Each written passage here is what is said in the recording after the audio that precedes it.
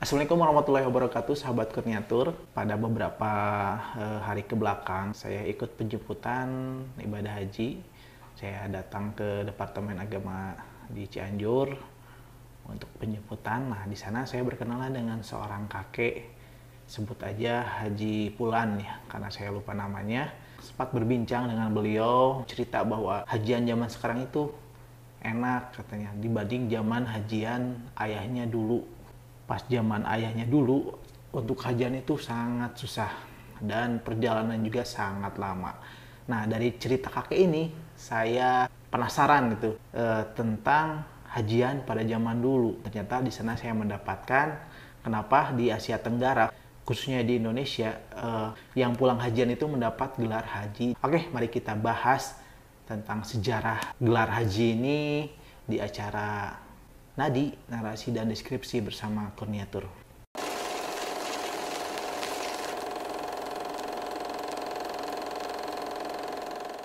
Sejarah untuk hajian di Indonesia itu dalam folklore atau cerita-cerita rakyat itu sejak abad ke-15 sampai ke abad 17. Hanya saja yang tertulis atau tercatat dalam dokumen itu sejak abad ke-18, di mana pada waktu itu jemaah haji asal Indonesia untuk berangkat ibadah haji ke Tanah Suci itu dengan menumpang ke kapal dagang milik POC pada abad ke-18. Dan ternyata setelah saya baca-baca bukunya, untuk perjalanannya itu membutuhkan waktu 5-6 bulan perjalanan, dikarenakan menggunakan kapal layar. Kapalnya pun tidak senyaman fasilitas kapal saat ini, dikarenakan pada saat itu jemaah haji asal Indonesia berangkat haji ke Baitullah itu menggunakan kapal-kapal dagang, di mana di kapal dagang itu penuh dengan dagangan, sedangkan jemaah kita penuh sesak dalam perjalanan. Bahkan dituliskan dalam sebuah buku catatan di mana pada waktu itu ada sekitar 1000 jemaah haji yang menumpang pada satu kapal, di mana di setiap kapalnya itu dikasih sekat untuk tiap jemaah itu 1 sampai dengan 1,5 meter. Bayangkan 1,5 meter dengan perjalanan yang sangat lama, yaitu 5-6 bulan. Sedangkan kapal motor atau kapal uap itu baru ada sejak abad ke-20. Jadi 1500 ke sini.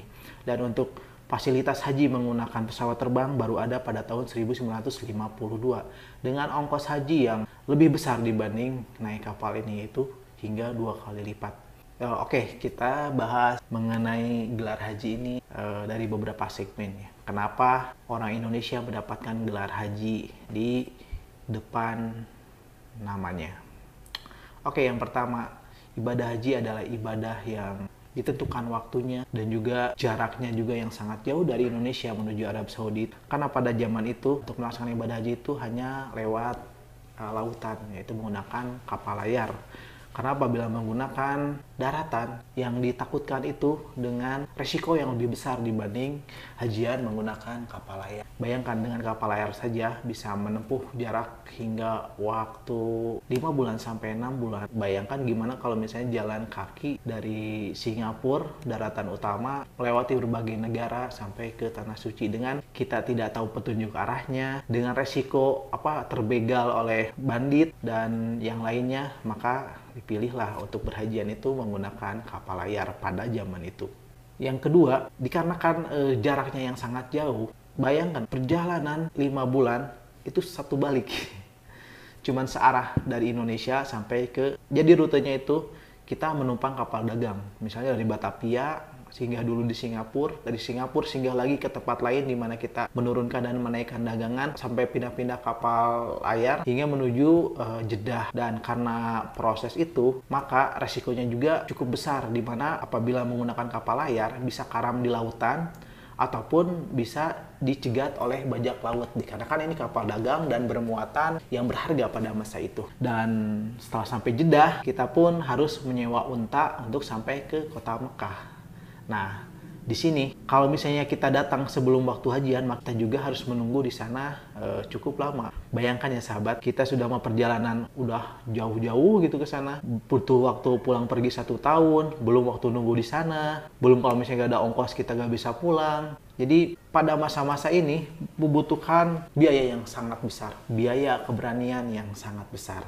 Dan ternyata setelah sampai ke Indonesia, jemaah-jemaah ini pada masa penjajahan kolonial Belanda. Jadi banyak yang pulang dari Tanah Suci ini melek ilmu dan mulai melakukan pemberontakan kepada kolonial Belanda. Nah, dikarenakan mereka takut, pihak Belanda takut makin banyak orang yang melek ilmu saat pulang dari berhaji, maka pihak Belanda pun menjadikan pembatasan untuk pelaksanaan ibadah haji untuk warga Indonesia. Sehingga saat untuk melaksanakan haji, didata dulu, harus memiliki izin dulu, harus membuat paspor dulu ke kantor gubernur, yang pada saat itu gubernurnya sendiri adalah orang Belanda. Dan dikasih syarat untuk pelaksanaan haji itu, jemaah asal Indonesia itu harus memiliki ongkos yang cukup, perbekalan untuk keluarga yang ditinggalkan, dan juga saat pulang dari hajian itu harus melapor ke pihak Belanda. Nah, saat melapor inilah pihak Belanda memberikan gelar haji kepada warga Indonesia yang telah melaksanakan haji.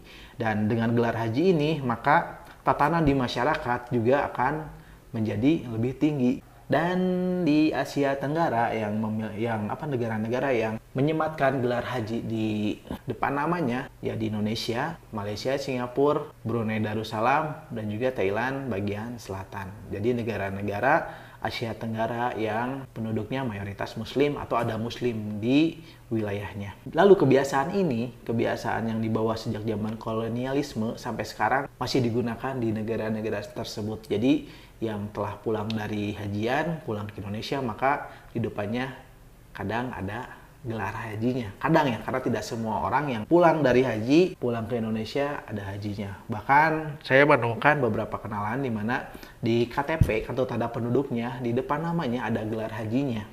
Mungkin karena beliau sudah berhaji. Tapi banyak pula teman kenalan saya yang sudah melaksanakan haji bahkan untuk beberapa kali, tapi di depan namanya tidak ada gelar hajinya. Lalu kenapa tradisi nama gelar di depan ini masih disematkan sampai saat ini? Ya, kita tahu di Indonesia sendiri untuk antrian untuk berhaji itu menunggu sangat lama. Bayangkan di Cianjur sendiri antrian sampai 18 tahun. Pada usia 20 tahun Anda mendaftar, maka pada usia 38 tahun Anda berangkat. Dan di Banten itu untuk antrian sampai dengan 48 tahun. Maka dari itu, karena antrian yang lama ini, maka tradisi umroh dilakukan oleh orang Indonesia. Karena untuk menunggu antrian hajian itu mungkin sangat terlalu lama, maka untuk mengobati rindu, maka orang-orang Indonesia ini melaksanakan umroh terlebih dahulu bagi orang yang berkecukupan. Dan apabila kita lihat pada zaman dulu, apabila kita mengajukan paspor untuk hajian pada zaman kolonial Belanda, itu dikenakan biaya 110 gulden. Kisaran 110 gulden itu berapa sih?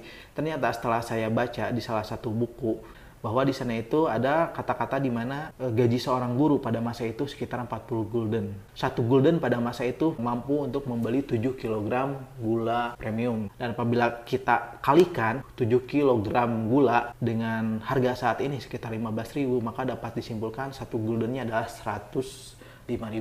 Dan apabila dalam 1 bulan 40 gulden, maka kita dapat kompresikan sekitar 4.200.000 gaji guru pada masa itu. Dan apabila kita konversikan 110 gulden biaya paspor untuk berhaji dikalkulasikan dengan gaji guru itu, maka kita dapat kesimpulan untuk membuat paspor aja pada waktu itu, untuk mendapatkan izin visa atau paspornya pada masa itu sekitar 11 juta lebih. Dan itu belum biaya untuk pemberangkatannya, untuk penyewaan kapal, biaya hidup selama di sana, biaya perjalanan, dan yang lain. Dan yang lebih naasnya lagi, setiap tahunnya dari data pada zaman itu, lebih banyak yang berangkat dibanding yang pulang. Dan alasan kenapa lebih banyak yang berangkat dan sedikit yang pulang itu dikarenakan beberapa alasan. Salah satunya banyak yang meninggal di sana dikarenakan terlalu capainya perjalanan. Ada juga yang terkena wabah, karena pada masa itu terkenal dengan wabah kolera yang menjangkit jemaah-jemaah haji yang datang dari seluruh dunia bercampur baur dan virusnya menyebar.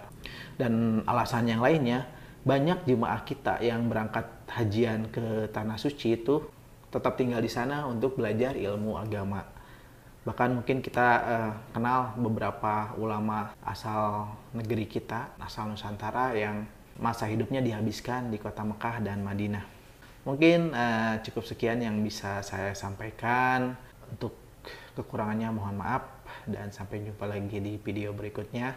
Assalamualaikum warahmatullahi wabarakatuh.